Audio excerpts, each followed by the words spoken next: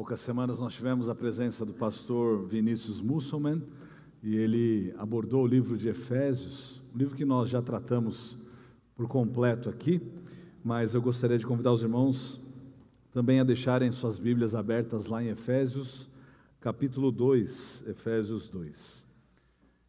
Quando os irmãos encontram, nós podemos olhar para a palavra de Deus como sendo um livro riquíssimo, um livro repleto de verdades, um livro cheio de curiosidades, um livro de fato que tem muita vida.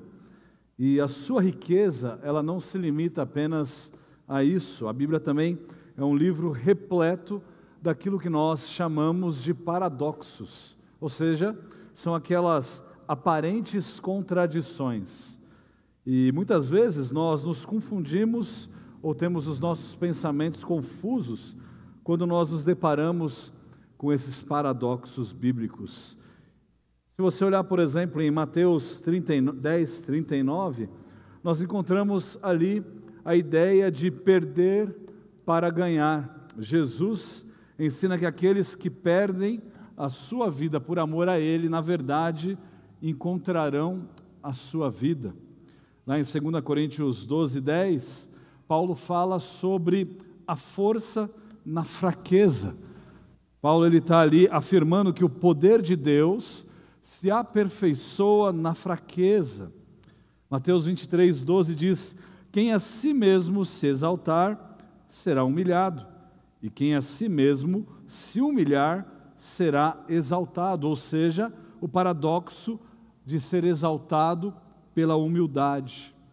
Paulo também fala sobre a sabedoria na tolice, quando ele diz em 1 Coríntios 1, 25, porque a loucura de Deus é mais sábia do que os homens, e a fraqueza de Deus mais forte do que os homens.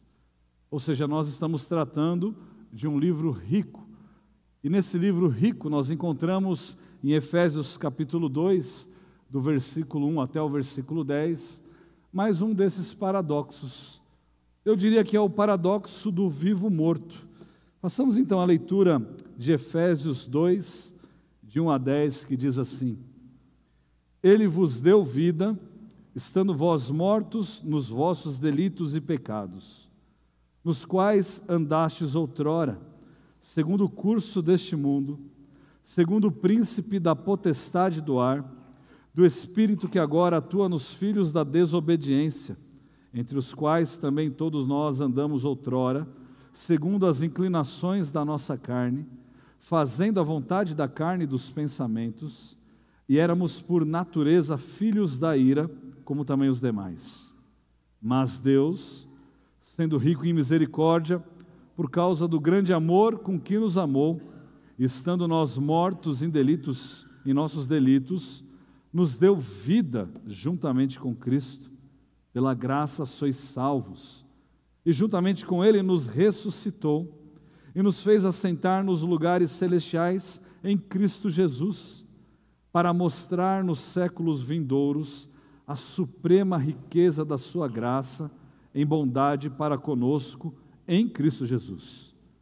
Porque pela graça sois salvos, mediante a fé, e isto não vem de vós, é dom de Deus, não de obras, para que ninguém se glorie, pois somos feitura dele, criados em Cristo Jesus, para boas obras, as quais Deus de antemão preparou para que andássemos nelas. Esses versículos trazem duas realidades: a realidade de como nós éramos antes da intervenção divina, e a realidade de como nós somos após a intervenção de um Deus misericordioso. Antes de Deus agir na nossa vida, nós vivíamos no paradoxo do morto-vivo, ou seja, nós estávamos mortos ao mesmo tempo que vivíamos nas nossas paixões e nos nossos desejos.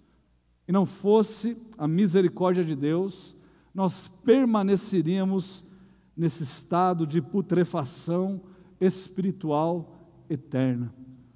Por isso, meu objetivo nessa noite, irmãos, é demonstrar como a misericórdia de Deus derramada sobre nós, como o amor de Deus derramado sobre nós, nos deu vida, enquanto nós estávamos mortos nos nossos delitos e pecados. E aprendamos então mais sobre essa salvação e o que é requerido a partir desse momento para aqueles que estão em Cristo. Vamos orar mais uma vez? Santo Deus, pedimos, ó Pai, que o Senhor toque, ó Deus, o coração, a alma de todos aqueles que estão aqui, que ouvem essa mensagem, a pregação da sua palavra, para que sejam confrontados, para que possam conhecer ao Senhor como único e suficiente Salvador. Que possam, ó Deus, terem os seus corações completamente transformados, ó Pai, estarem aptos e dispostos a Te servir. É isso que nós pedimos em nome de Cristo. Amém. Eu sugiro aqui uma divisão bem simples desses 10 versículos, irmão. Do 1 ao 3 é o nosso estado natural.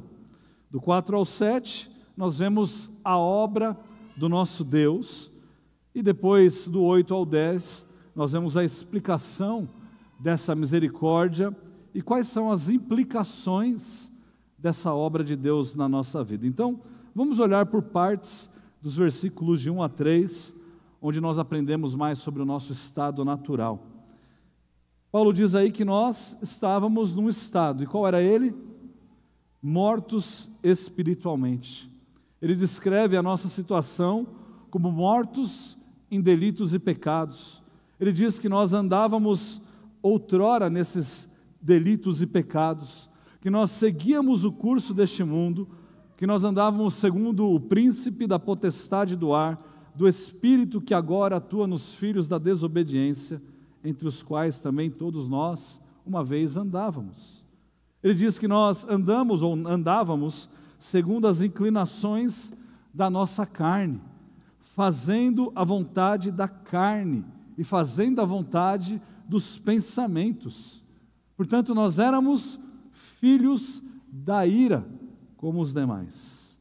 Irmãos, no nosso estado natural, nós estávamos mortos. Todos nós sabemos o significado de pecados, mas muitas vezes nós olhamos para delitos e nós não entendemos o que Paulo quer dizer. Bom, pode sim ser um sinônimo de pecados, mas o que ele quer dizer é falta, é uma transgressão, um erro. É isso que Paulo está dizendo. Ele está dizendo que nós fazíamos única e exclusivamente aquilo que nos colocava como culpados diante de Deus. Isso, irmãos, é seguir o curso natural do mundo. Isso é viver segundo o príncipe da potestade do ar. Ou seja, é viver segundo o Deus com letra minúscula deste mundo. É viver segundo o curso ou segundo Satanás. Ele fala que quando nós estávamos mortos espiritualmente, nós vivíamos segundo esse espírito também com letra minúscula. E nós éramos, portanto, filhos da desobediência. Veja aí que espírito em letra minúscula basicamente significa o padrão do mundo, ou pior ainda, segundo o padrão ou a norma daqueles que são chamados filhos da desobediência. Irmãos, nós devemos nos lembrar que aquele que ama a Deus é caracterizado como o filho da obediência, e aquele que não ama a Deus como filho da desobediência. João 14,15 diz: se me amais, guardareis os meus mandamentos. João 14,21 ainda diz: aquele que tem os meus mandamentos e os guarda, esse é o que me ama. E aquele que me ama será amado por meu Pai, e eu também o amarei e me manifestarei a ele. Mas aqueles que andam segundo o curso desse mundo são chamados de filhos da desobediência. Ou seja, é um título afrontoso, é um título dado a todos aqueles que não amam a Deus, mas que odeiam a Deus. Além disso, Paulo ainda diz que nós, quando nós estávamos mortos em delitos e pecados, versículo 3, andávamos segundo as inclinações da nossa carne, fazendo a vontade da carne e dos pensamentos. E por isso que nós éramos então filhos da desobediência. O que regia as nossas ações eram as nossas inclinações. O que regia as nossas ações antes da intervenção de Deus eram os nossos pensamentos pervertidos, os nossos pensamentos corruptos. Mas eu tenho certeza que, dentre esse grupo aqui, muitos ainda duvidam da malignidade do coração do homem, da pecaminosidade do homem. E muitos, dentre vários irmãos frequentadores de igrejas, acreditam no mito da neutralidade. Mas o que corrompe o homem é a sociedade, é a comunidade onde está inserido. E não necessariamente o homem vem como um ser corrompido. Irmãos, nós não precisamos ir muito longe para derrubar esse mito. Há umas poucas semanas nós fomos chocados com o fato de uma criança de 9 anos de idade ter invadido um hospital animal, veterinário, e ter matado 23 animaizinhos. Sabe qual é o pior de tudo isso? Que essa não foi a primeira vez que essa criança fez isso. E ainda pior, ela disse que não estava nem um pouco arrependida do que ela havia feito. Nós não estamos aqui para ficar falando mal dessa criança. Não sei o nome dela, nem quero saber. Mas essa criança agiu conforme o curso deste mundo, conforme os seus pensamentos, conforme as suas inclinações, assim como você também o faz, segundo o seu desejo. Não se engane, irmãos, não fosse a graça de Deus, você não teria feito o que essa criança fez. Você teria feito isso numa escala muito pior.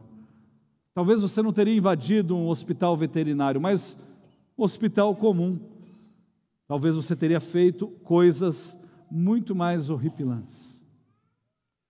Numa outra ocasião, escrevendo aos Romanos, a gente vai chegar lá, em Romanos 12, versículo 2 diz: e não vos conformeis com este século, mas transformai-vos pela renovação da vossa mente, para que experimenteis qual seja a boa, agradável e perfeita vontade de Deus. Mas nós lutamos contra isso diariamente. Nós queremos ser iguais aos outros, como nós lemos agora há pouco, ou desejamos as coisas dos outros. Nós não queremos ser diferentes do mundo. Nós queremos os aplausos do mundo. Nós desejamos o reconhecimento do mundo. Nós desejamos, sejamos sinceros, os prazeres que esse mundo pode nos oferecer. Nós queremos aquilo tudo que o mundo pode nos dar. E dessa forma nós vivemos segundo o padrão, nos amoldando a esse mundo para poder desfrutar daquilo que o mundo pode nos dar. Nós vivemos segundo ou conforme o príncipe da potestade do ar, segundo a norma do mundo. Passamos como que camuflados, e ninguém descobriria que fomos salvos pela maneira que nós muitas vezes vivemos. Mas como eu disse no início, isso tudo parece ser mais um paradoxo. Mesmo mortos, nós tínhamos uma maneira de viver. Mesmo mortos, nós vivíamos em pecados, vivíamos em delitos, em desobediência, vivíamos de forma semelhante ao mundo, vivíamos satisfazendo os nossos desejos carnais e os nossos pensamentos mundanos. Sem Deus, nós vivíamos como mortos vivos. Qual o resultado de tudo isso? Versículo 3. Éramos por natureza filhos da ira, como também os outros, ou os demais. E o que isso tudo nos garantiria? O que viver dessa forma nos proporcionaria? O versículo diz: a ira de Deus, a ira de Deus. O texto que nós estudamos, terminamos na semana passada, descreve essa ira de Deus, lá em Malaquias 4:1, da seguinte forma: pois eis que vem o dia e arde como fornalha, todos os soberbos e todos os que cometem perversidade serão como restolho ou como a palha. O dia que vem os abrasará, diz o Senhor dos Exércitos, de sorte que não lhes deixará nem raiz e nem ramo. Agora, tome por exemplo as outras descrições do que é esse dia do Senhor. Não se atente aqui para quando esse dia vier a acontecer. Se atente para a descrição do que é essa ira de Deus derramada sobre as pessoas. Em Joel 2, de 1-3, diz assim: tocai a trombeta em Sião e dai voz de rebate no meu santo monte. Perturbem-se todos os moradores da terra, porque o dia do Senhor vem, já está próximo.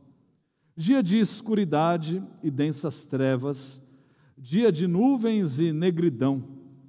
Como a alva por sobre os montes, assim se difunde um povo grande e poderoso, qual desde o tempo antigo nunca houve, nem depois dele haverá pelos anos adiante, de geração em geração.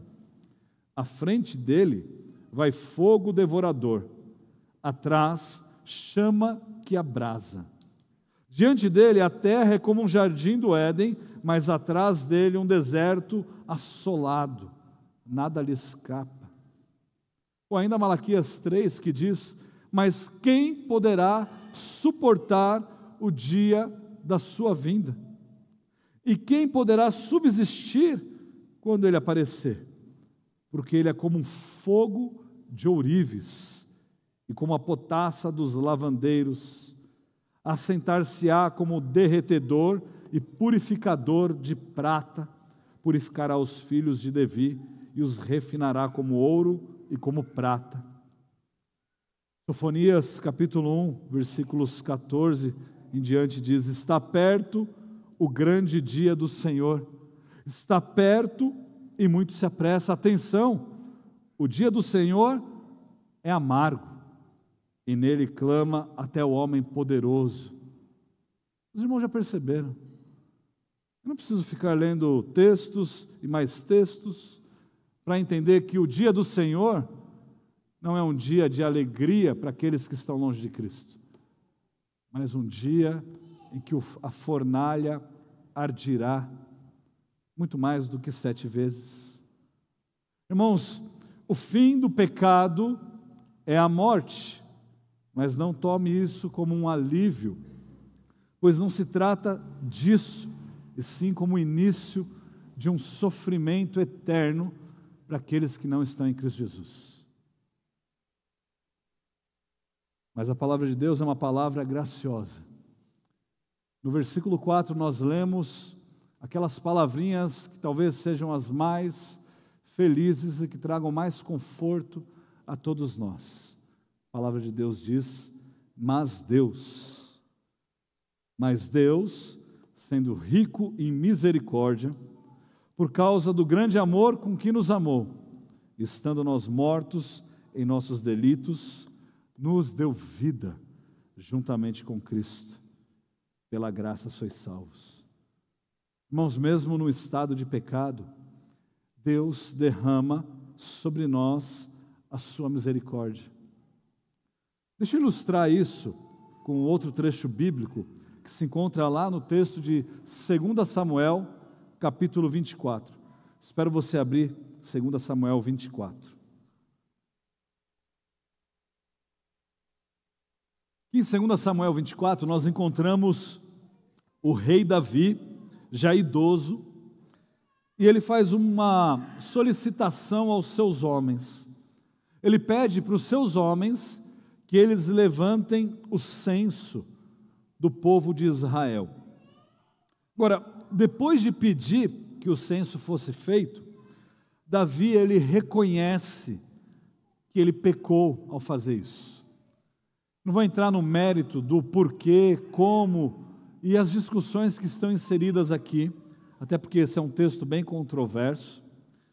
Mas o que fica claro é que Davi peca, reconhece o seu pecado e se arrepende.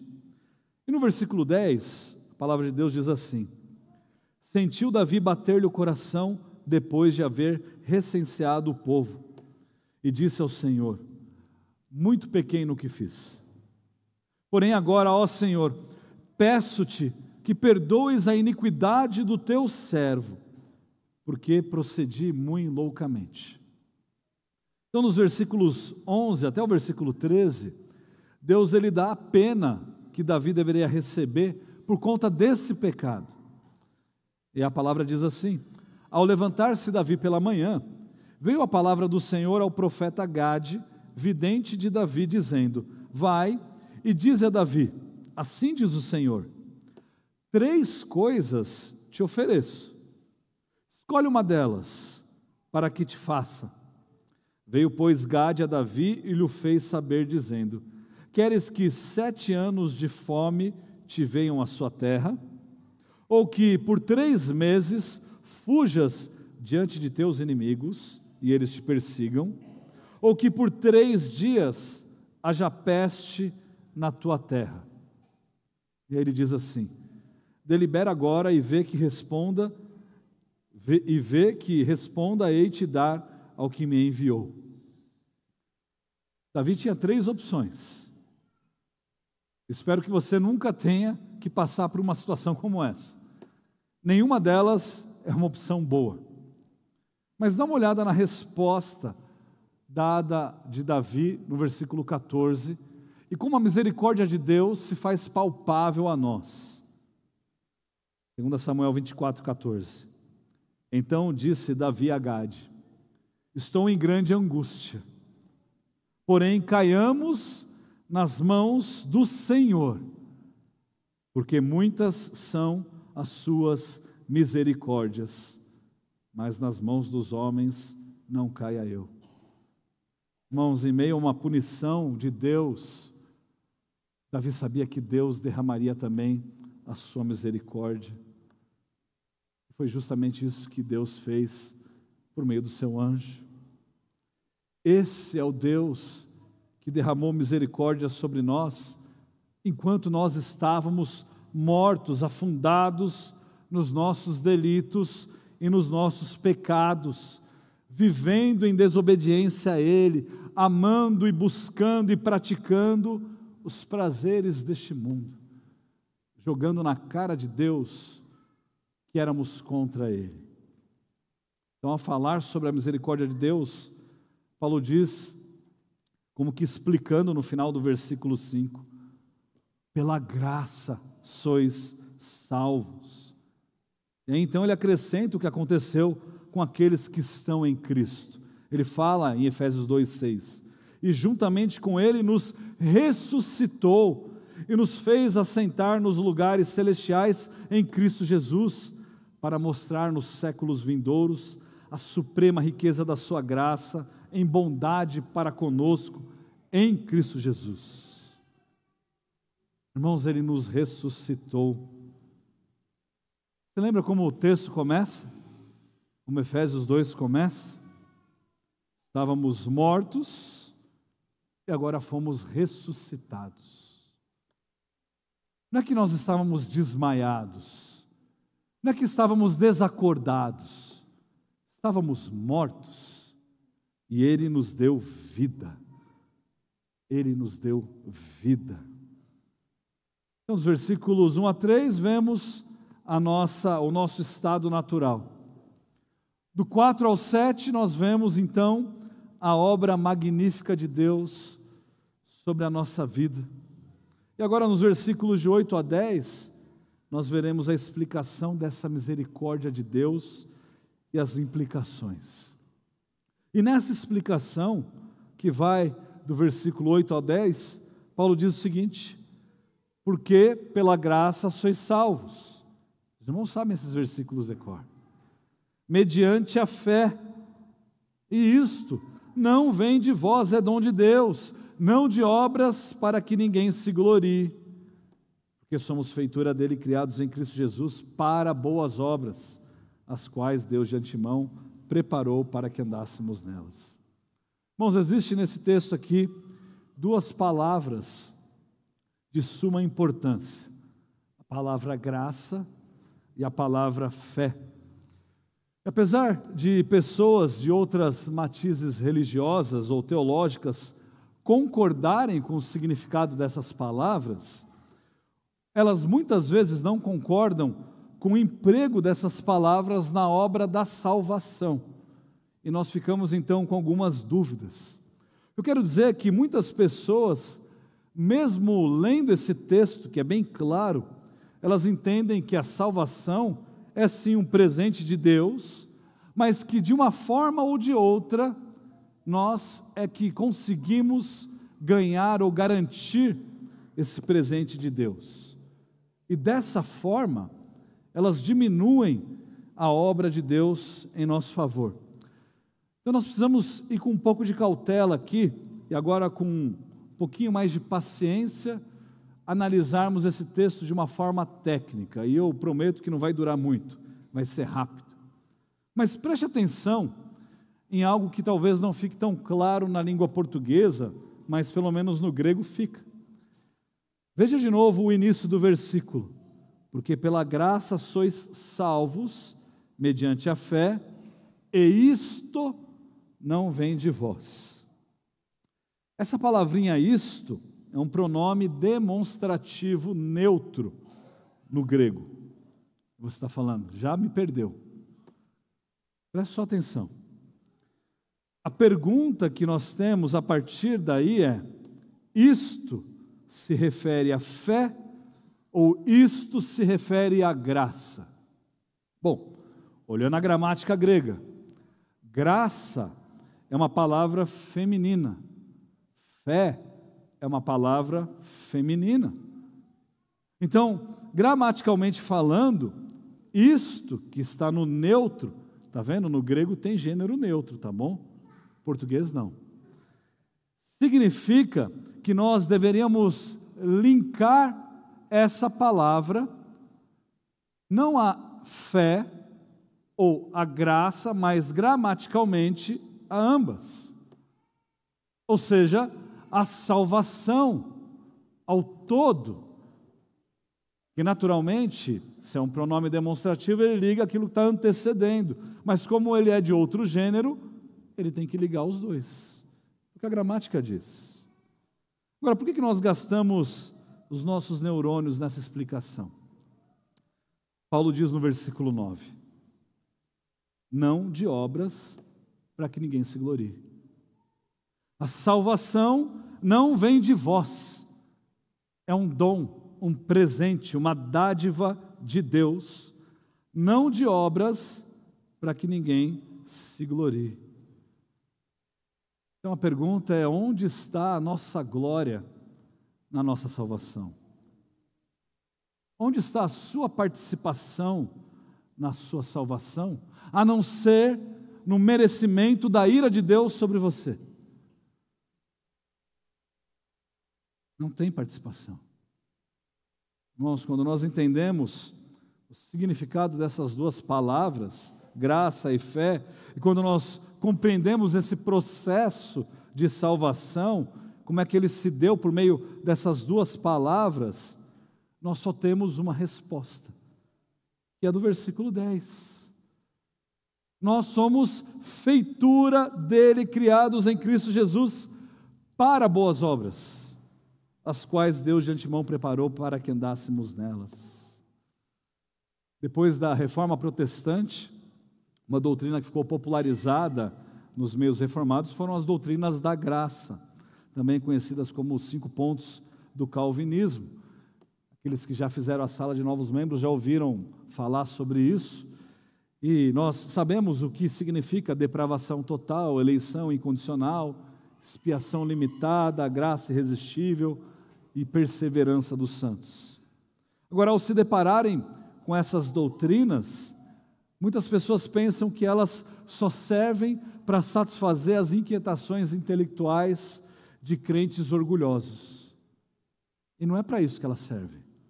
Essas doutrinas, como nós vimos o texto exposto aqui, serve para nos colocar no nosso devido lugar perante um Deus santo, perante um Deus soberano e perante um Deus misericordioso. Deus nos proporcionou o seu favor imerecido, isso é graça. Por meio da fé, não para que nós pudéssemos nos gloriar nos nossos feitos, pois tudo isso, a salvação, foi dada por Deus, nós não merecíamos, mas Ele tinha um propósito em mente, para que pudéssemos viver em santidade na prática de boas obras. E qual a resposta sua diante desse texto? Em primeiro lugar, eu creio que nós precisamos reconhecer esse paradoxo dado por Paulo aqui. Sem Deus, irmãos, nós somos apenas mortos-vivos. Os seus pecados, eles causam uma separação entre você e Deus. E o seu débito continuará eternamente. Por isso você será condenado. Por isso você precisa ir a Cristo para obter vida. Em segundo lugar, nós precisamos reconhecer e compreender a situação humana de uma vez por todas. Você não é bonzinho. Você não é moralmente neutro. Você não é a última bolacha do pacote maravilhosa que vai sanar todos os problemas da sociedade. Você precisa de Deus. Nós somos pecadores, estamos no estado natural de constante rebelião contra Deus e nós precisamos dele constantemente. Por isso nós precisamos recorrer a Ele. Feito isso, nós precisamos apreciar essa misericórdia de Deus. Coloque a sua situação em contraste com a misericórdia de Deus. Irmãos, foi a misericórdia de Deus que nos proporcionou a salvação que nós recebemos dele, por meio da sua graça e da sua fé, por meio de algo que não foi conquistado, mas que foi dado, para que nós pudéssemos viver em boas obras. Isso não se deu porque você levantou a sua mão. Isso não se deu porque você levou o graveto para ser queimado naquele acampamento anos atrás. Isso não se deu porque você é melhor do que a pessoa do seu lado ou que qualquer outra pessoa. Isso se deu por conta da misericórdia de Deus que te abençoou. Em quarto lugar, a resposta imediata e mais óbvia que nós devemos ter diante de tudo isso é sim a prática das boas obras. Porque, creio eu, estou falando aqui com a maioria de cristãos. Eu creio que num grupo como esse, certamente existem pessoas enganadas, que acham que são salvas ou que foram salvas. Para esses eu já falei. Mas estou falando agora com os cristãos, os que vivem e que deveriam viver na prática das boas obras. Paulo diz que nós somos feitura dele, eu já falei isso mais de uma vez nesse púlpito. E essa palavra feitura, transliterada da língua grega, é a palavra da qual nós nos recordamos da palavra portuguesa poema ou poema.